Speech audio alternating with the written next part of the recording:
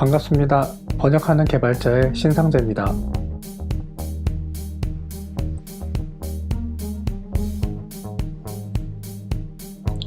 오늘 다룰 내용은 기존에 했던 번역 이야기와는 조금 다른 포맷으로 진행을 하려고 합니다.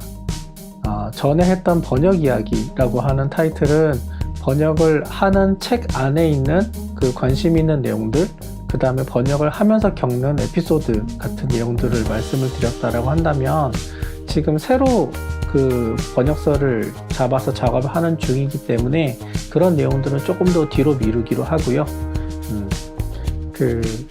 내 마음대로 번역 전략이라고 하는 타이틀로 번역을 하는 그 프로세스, 그런 공정, 저만의 나름의 노하우 같은 것들을 말씀을 드리는 포맷으로 몇 개를 좀 찍어 보려고 해요. 그래서 오늘은 첫 시간으로 다룰 내용이 내 마음대로 번역 전략이라는 타이틀 중에 직장인 번역자의 생존 전략이라는 이름으로 진행을 해 보려고 합니다. 우선 미리 말씀을 드리고 싶은 거는, 이거는 어디까지나 제 개인적인 경험에 대한 이야기거든요. 그래서 다른 분들은 아마 이렇게 작업을 하시는 게 맞을 수도 있고 안 맞을 수도 있고, 그분들 나름대로의 독특한 방법들이 분명히 있을 텐데, 일단 최소한 저는 이런 식으로 작업을 합니다 라고 하는 내용을 소개를 하는 과정들이에요. 그리고 이제 저도 사람인지라 작업을 하고 난 다음에 몇 번 거듭을 하면서 이제 회고를 하긴 하겠죠. 그래서 이거는 좋았었고 이거는 좋지 않았었고 이렇게 하면 더 좋아지겠구나 라고 하면서 이제 점진적으로 저도 발전을 하는 그런 과정을 겪게 되는데, 그래서 오늘 다룬 내용 혹은 앞으로 다룰 내용들이 지금 그 시점에서는 제가 생각하는 가장 좋은 방법일 수는 있겠지만, 뒤에 그 내용들이 보완이 되거나 아니면은 그 방법은 좀 틀렸던 것 같아 라고 해서 본보기 되는 그런 상황도 발생을 할 수는 있습니다. 그 점을 좀 참고를 해 주시고요. 그래서 다시 한번 말씀을 드리지만은, 지금 다룰 내용들은 지극히 개인적인 경험에 기반한 내용들이기 때문에 들으시면서 도움이 되는 내용들이 있으면은 취하시면 되고, 나는 더 좋은 방법이 있어 라고 생각이 되시면은 저에게도 팁으로 좀 말씀을 해주시면은 서로 윈윈하고 발전할 수 있는 좋은 계기가 되지 않을까 라는 생각을 하고 있습니다. 그럼 한번 시작을 한번 해볼게요. 우선 저는 직장인 번역자거든요. 그러니까 직장인 번역자라는 말이 뭐가 정의가 되어 있는 거는 사실은 아니긴 한데, 전업으로 번역을 하는 그런 상황이 못 되고, 낮에는 회사에 다니면서 자투리 시간을 이용을 해서 번역을 하는 그런 입장에 있습니다. 그러다 보니까 이렇게 다른 분들처럼 이렇게 번역 자체에 올인을 할 수가 없다 보니까 몇 가지 제약들이 있어요. 그래서 그런 것들을 어떤 식으로 극복을 해서 작업을 하고 있는지를 좀 소개를 해 드리려고 합니다. 우선 아까 말씀드렸던 것처럼 제가 생각하는 직장인 번역자라고 하는 그런 말이 있는지는 모르겠지만, 정의를 한다면은 근무 시간에 본연의 업무를 하는 직장인이고요. 근무 시간 외에는 자기가 관심이 있는 책을 읽으면서 번역을 하는 분들을 저는 직장인 번역자라고 그렇게 부르고 있습니다. 일단 직장인 번역자가 하는 번역은 대체로 업무와 관련 있는 책을 선정을 해서 하는 경우가 많아요. 왜냐면은 어차피 그 책을 읽을 거예요, 그분이, 그 번역자가. 근데 내가 혼자 읽고 그냥 끝내는 게 아니라 다른 사람들도 볼 수 있게 좀 정리를 좀 잘 하고 싶어요. 보통은 그렇게 해서 블로그를 많이들 올리시죠.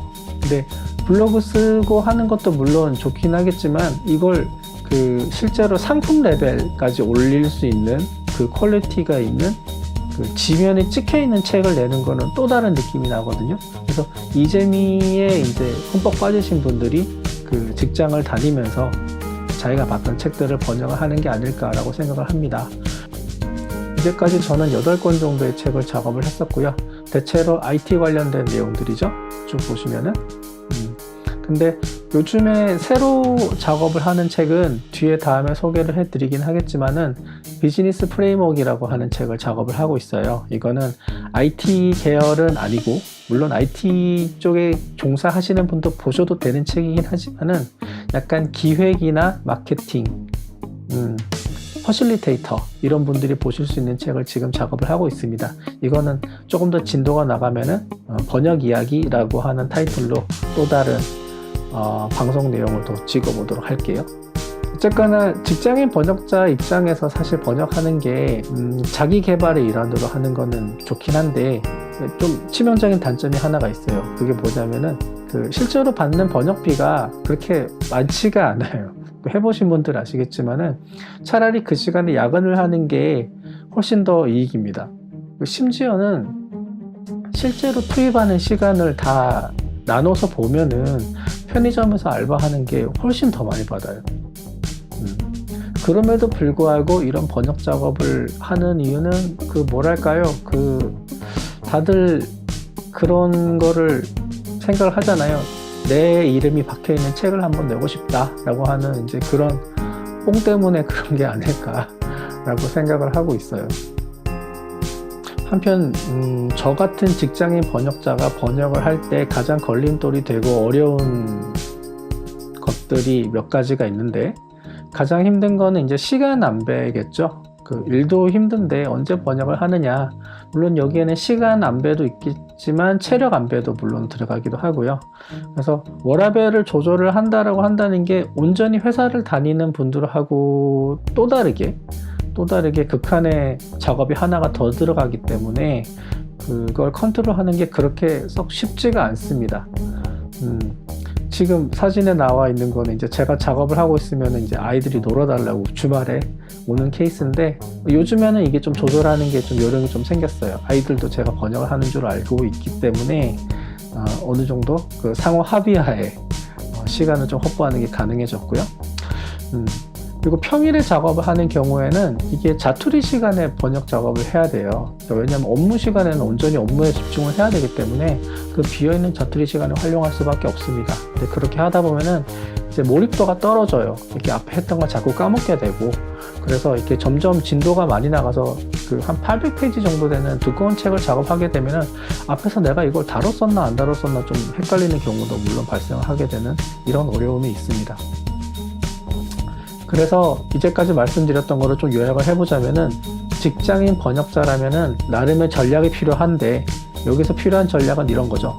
작업 시간을 어떻게 확보할 것이냐, 그 다음에 작업 공간을 어떻게 확보할 것이냐, 그리고 내 기억력, 점점 나이가 들수록 희박해지는, 그리고 휘발성은 점점 강해지는 이 기억력 어떤 식으로 연속적으로 유지를 할 수가 있을 것이냐 하는 부분이에요.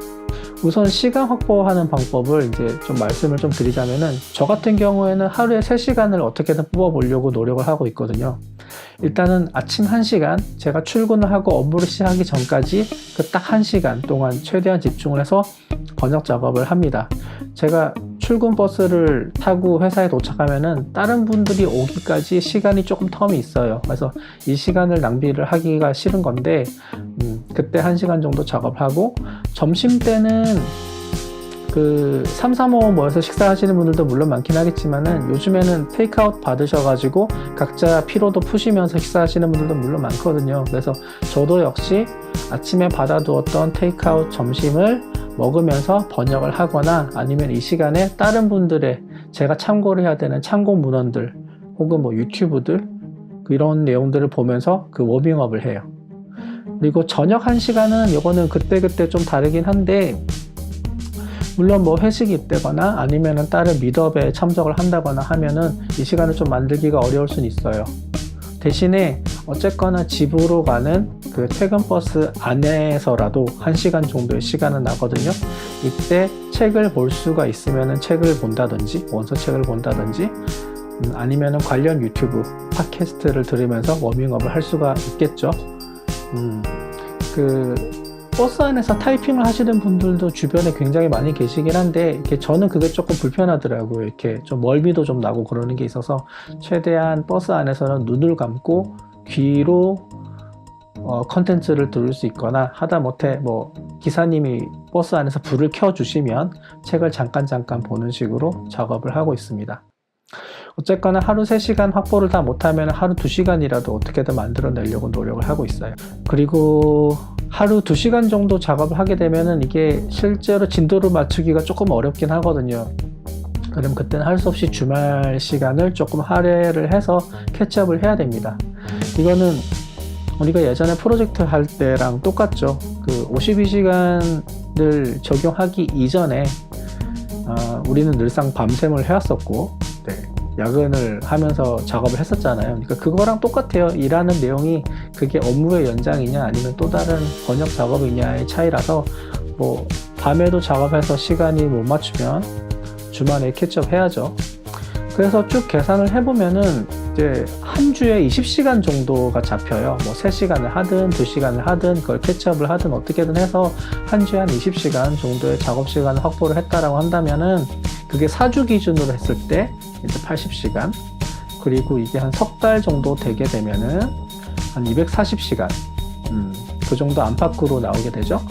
이게 저는 1시간에 한 페이지 정도 진도로 나갔거든요. 왜냐면은 그냥 순수하게 말을 옮기는 거면 그것보다 더 빨리 끝나는데, 실제로는 관련된 내용을 보다가 참고 자료를 찾아보기도 하고, 우리나라 사례를 찾기도 하고, 아니면 주변에 또 여쭤보기도 하고, 이런 작업들을 쭉 하다 보면은 하루에 1시간에 한 페이지 정도가 나간다라고 저는 보고 있어요.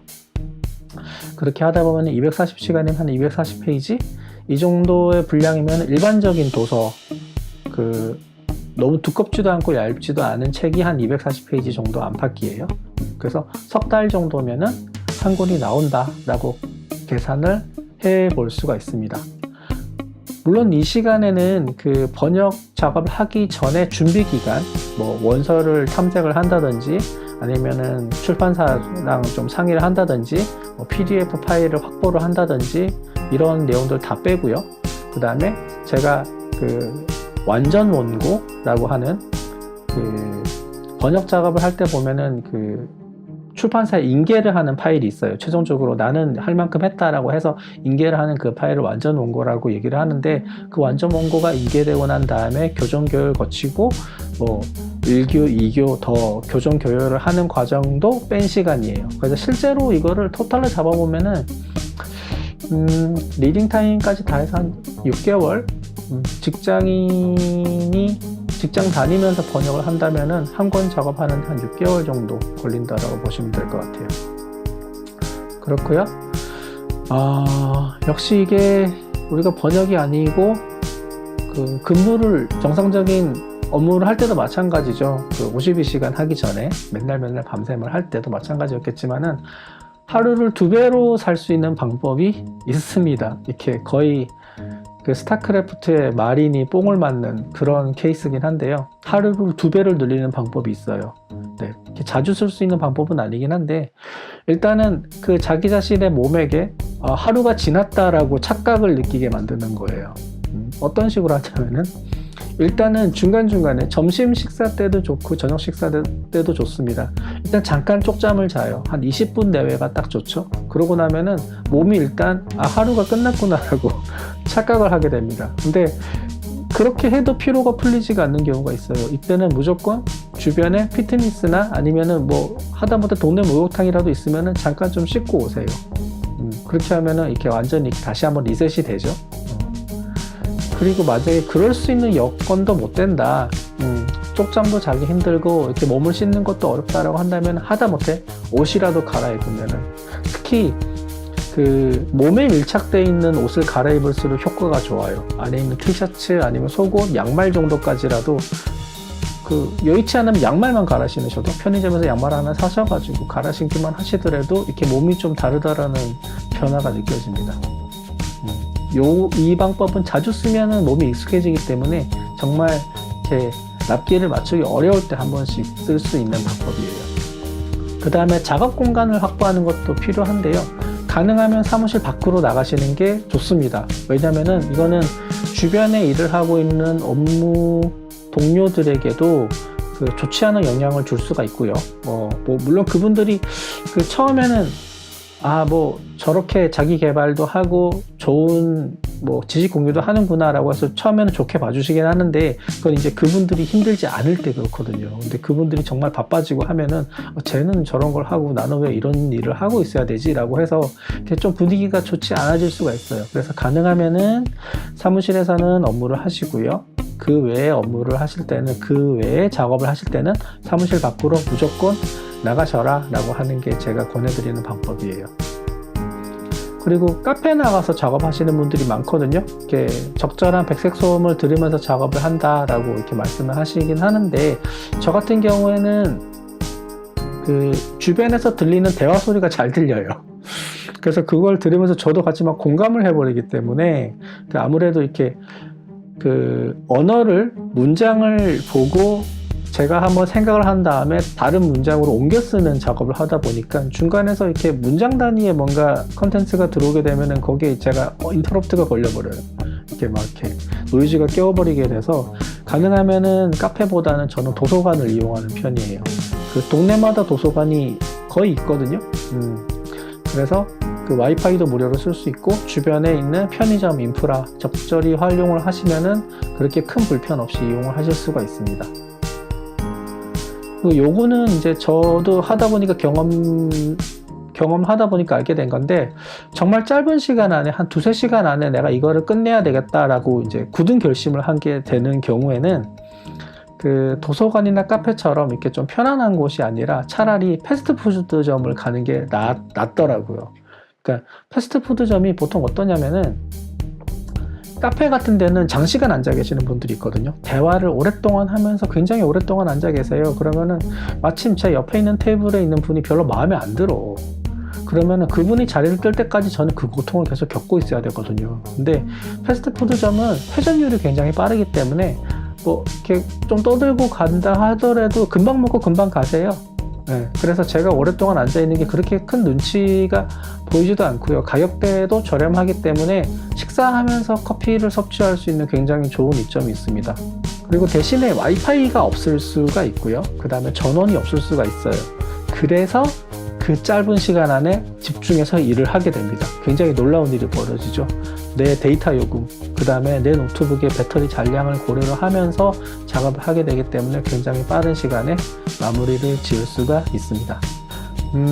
기억력이, 휘발성이 점점 강해지는 거는 나이가 들면 어쩔 수 없을 것 같고요. 근데 이거를 최대한 억제를 시킬 필요가 있는 거죠. 그래서 이제 다양한 방법을 저도 시도를 해봤는데, 일단은 작업 공정상으로 할 수 있는 방법이 있어요.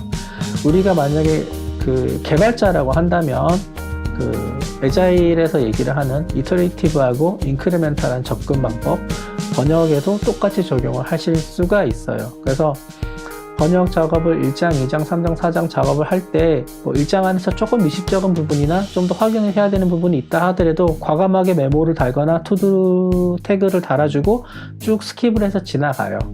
이거를 어차피 나중에 교정 교열하고 그 이전에도 베타 리더가 그 피드백을 준 거를 몇 번을 더 봐야 되기 때문에 그때 조금씩 보완을 하시면서 구체화를 시켜 주시면은 되거든요. 그래서 어디 한 군데서 이렇게 병목으로 막혀가지고 진행을 못 하거나 그러지만 않으면 돼요. 이렇게 자꾸 보다 보면은 머릿속에 이렇게 잔상이 오래 남거든요. 그 다음에 인크리멘탈하게 하는 작업도 마찬가지예요. 아까 제가 베타 리더 말씀을 드리긴 했는데, 제가 한 1장, 2장 뭐 이 정도 한 덩어리를 작업하고 나면은 베타 리더한테 좀 봐주세요 라고 맡겨놓고, 그동안에 저는 그 뒤에 내용들을 작업을 하거든요. 그러니까 이렇게 하는 이유는, 제가 한 권을 다 완료를 하고 난 다음에 베타 리더에게 이거를 원고를 드리게 되면은 사실 그분들도 이거를 다 읽지 못하시거든요. 네, 이거 절대로 다 못 읽으세요. 이렇게 정말 읽어주시는 분들은 정말 감사한 분들이고요. 저한테 베타 리딩이 넘어온다 하더라도 저도 한 권 읽기가 정말 어려워요.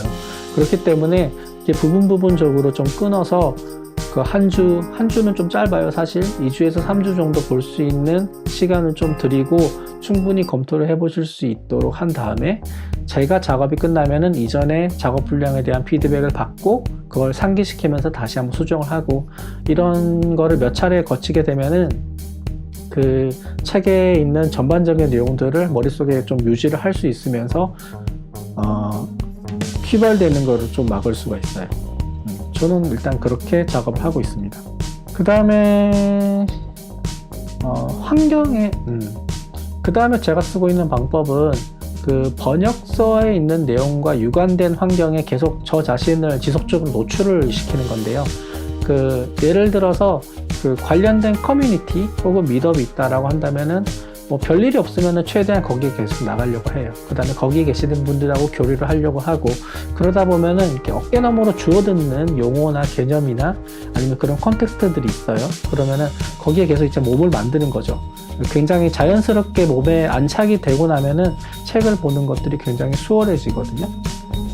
그래서